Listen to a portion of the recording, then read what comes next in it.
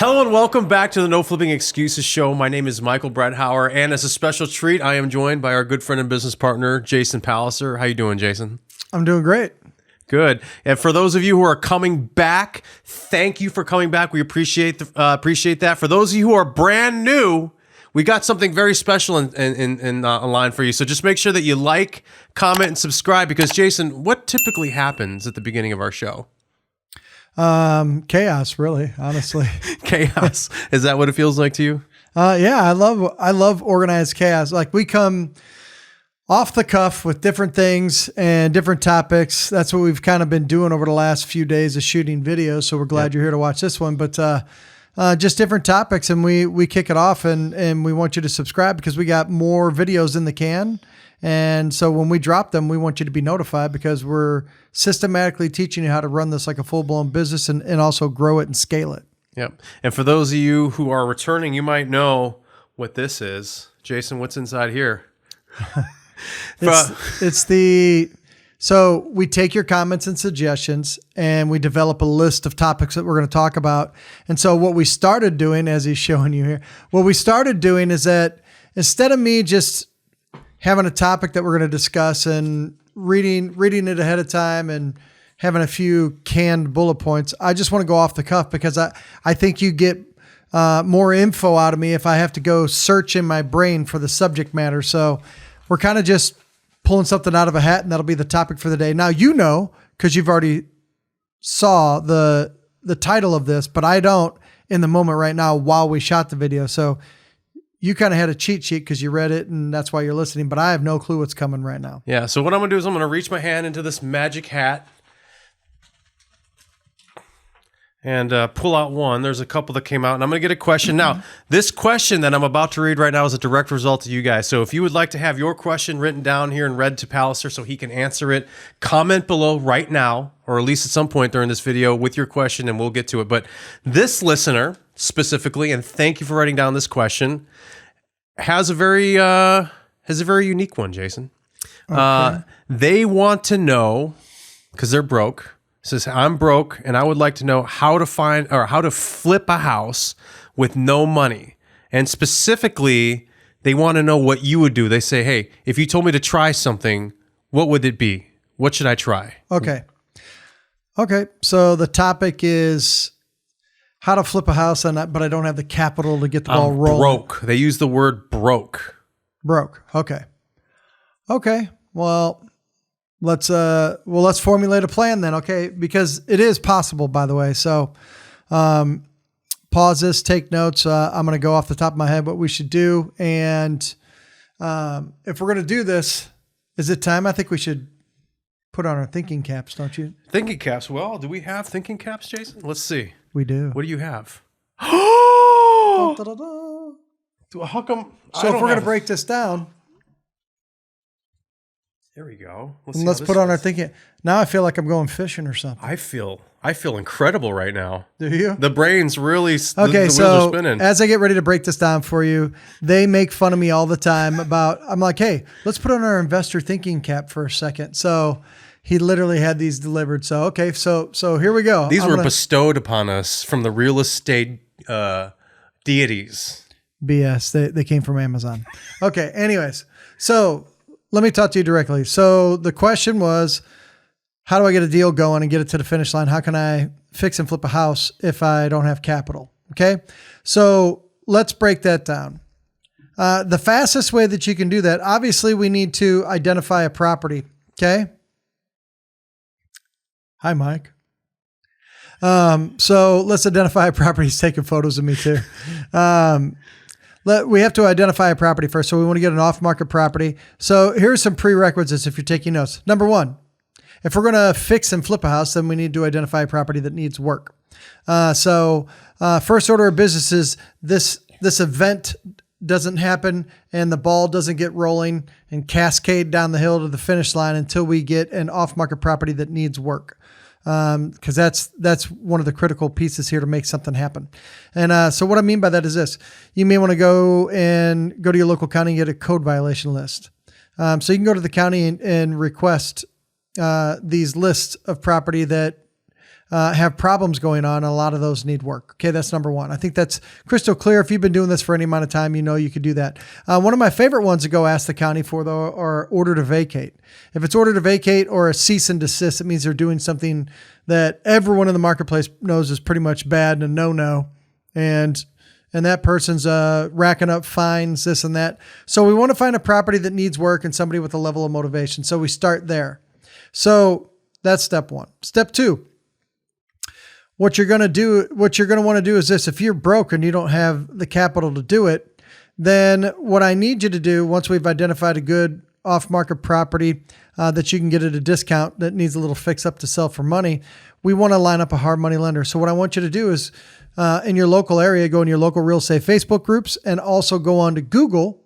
Okay, so go on to Google and just type in hard money lenders Phoenix, hard money lenders Oklahoma City, hard money lenders, whatever city you're in, and talk to 5 hard money lenders and say, hey, how much will you lend? Do you lend to 70% of the value of the house, 80%, 65? What is it? So you need to find out what they lend, what they charge, so that we can get a hard money loan done. The reason you want to do that is that they're flexible. Okay. It's not a regular bank where you need paycheck stubs, tax returns, W-2. So a critical piece is it's got to be something that needs work. And then secondarily, we want to find a good hard money lender that can fund the deal for us. Okay. Now you said, I guess the person that posed the question, you're broke. You don't have the capital, right? So they don't have the capital, right? Yeah. They were saying specifically, I am broke. Okay. So you're broke and you don't have it. You don't have the capital. So the next thing that we're going to want to do is when you're talking to the hard money lenders, is like, hey, if I have a really good deal, will you give me 100% financing? Some of them will. A lot of them will require 10% down, but if you're broke in this situation, that's not going to work. So you want to find hard money lenders that may do 100% financing. So 100% of your purchase price to fix it and 100% of your fix up. And because what we're going to do is this, they're going to lend you the money. Okay. Then you're going to get the ball rolling and fix it up. Then we're going to put it on the market to sell, collect a contract. Okay. And then at the end, you close it out, you profit and make money. Now, you may not. So here's where we kind of pull back the curtain a little bit more and reveal some things. You may not be able to find a hard money lender that will give you 100% financing. So in our scenario here, then it falls apart, right? So we don't want that to happen. So what could you do? Okay. So here's the fork in the road. What could you do to make this deal happen, where normally somebody that doesn't have capital has to sit on the sidelines and go, well, I guess I can't flip a property. I guess I'll just have to wholesale for a while until I get some capital to do a regular deal. No, that's not the case. That's somebody who doesn't have their thinking cap on. That's funny. These literally just showed up in the mail, so he's all excited about it. Whatever, buddy. Hey, while you're learning, stop for a second and get the book, The Art of Flipping Deals. Here's how easy it is. Just go to the website, theflippingbook.com, and what you're going to have is an instant download on how we flip deal after deal after deal with predictability that others can't find. So with your thinking cap on, there we go. Sparky. With your thinking cap on, let's just take it one more step further. What you could do is this. In your local real estate Facebook groups or your local real estate investment club meetings, if you have those, what you want to do is say, hey, who wants to partner? I have a good deal. Who wants to partner with me on the deal?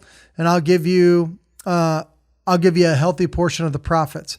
And what I mean by that is this: you've already done the work to identify some hard money lenders, and maybe you can't find one that'll do absolutely 100% financing. They need to see 10% of your purchase amount or 10% of the whole project cost. And so therefore you were at a standstill. So what you can do is partner with somebody else in the marketplace that does have that 10% down, and then give them 50% of the profit on the back end, 40% of the profit. If you're just getting into it and you just want to get the deal to the finish line, give them 60% of the profit. Don't worry so much about the profit split. If you can find somebody that's willing to work with you, then you're going to get a deal to the finish line. And again, you're just getting the ball rolling and getting started. So that's something you just want to get the deal done at all costs. So what you can do is talk to several people and say, hey, look, I've already identified the good deal. I've already identified the people that'll give me most of the financing. Who wants to come in? It's called bridge financing, okay? Who wants to come in with some bridge financing? Give me that final 10% or the bridge money to make this whole transaction happen, right? So that's something that you can do to put that final piece in place to get the ball rolling and get the deal done. Okay. Now, some other things that you may or may not be aware of that I just want to caution you against if you're just getting started. And mind you, when I'm speaking to you about this, I'm speaking right now about my absolute specialty that I've done the longest. I've done investment funding, private funding, and hard money for a long time. I've been investing for 25 years. I've been doing that stuff in the specialty financing space for 28. So the reason I'm slowing down a little bit to tell you this is for this reason.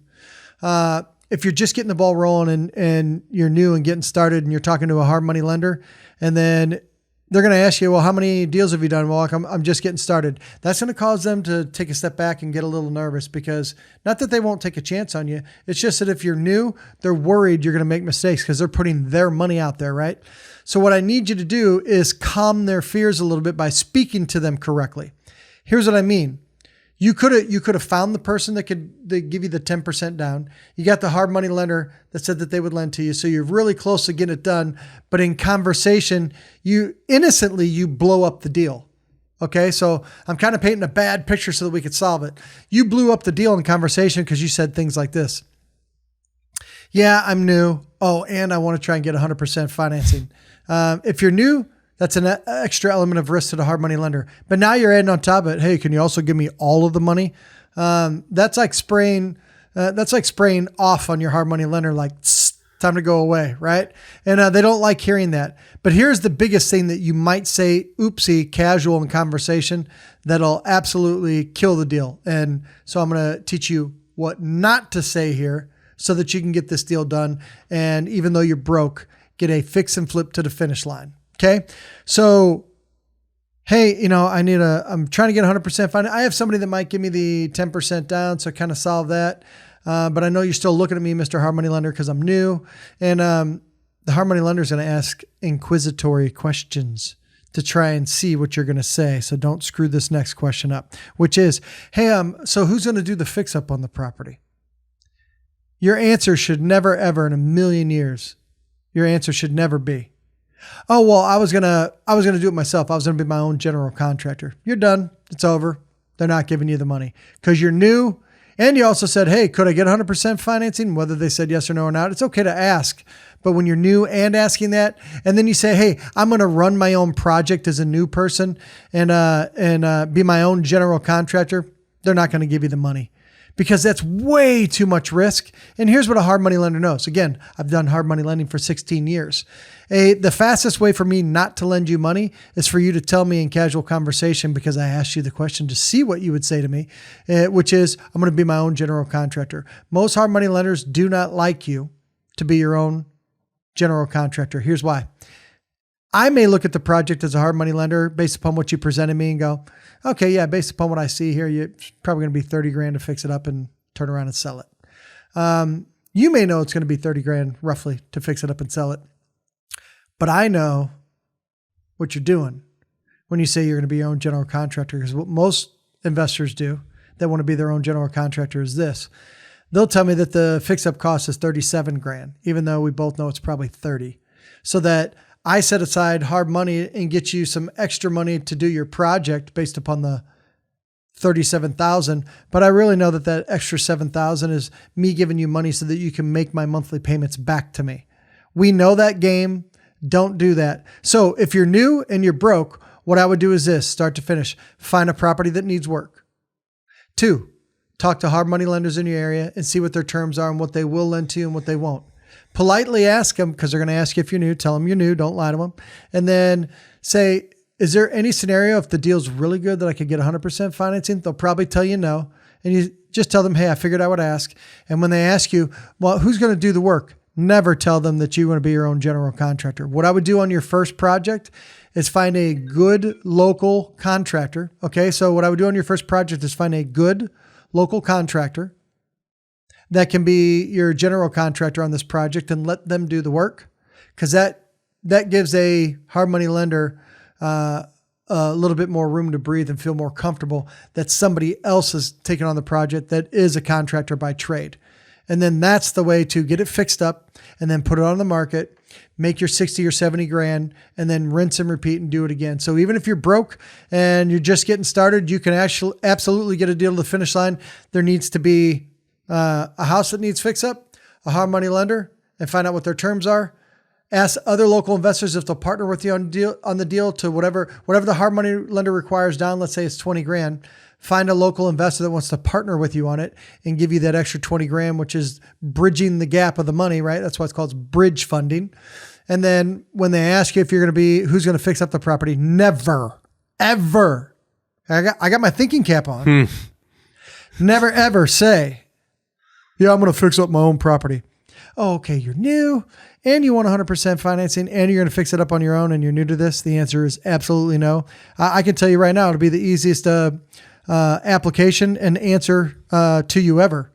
See your application? The answer's no. So don't do that.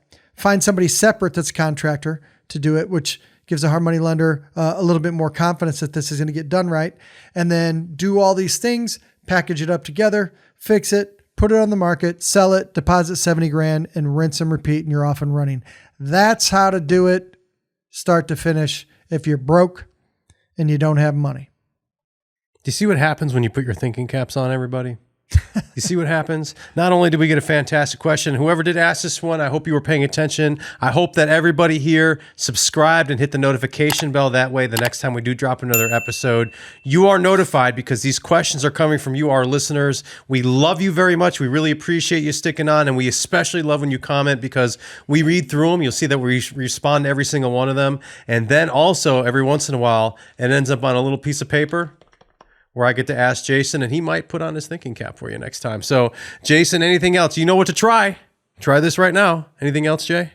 No, just subscribe. We got more good stuff coming, and keep the comments coming. If you have a question on any video, because I'm sure this is probably not the first video you watch, and if it is, we have a truckload more for you to start to put all the pieces in place in your business that maybe be floating in your head that you're unsure of.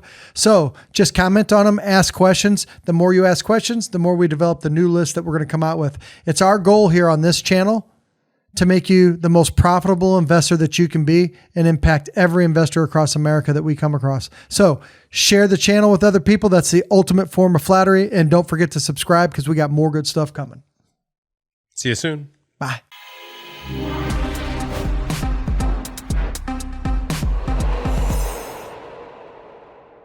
Hey, here's what I want you to do. Let's take your learning to another level. I know you have questions, so schedule a call with me. Go to todaycall.com, fill out a form, and get on my calendar so I can help you start closing deal after deal and answer all your questions to put you on a path to predictable closings.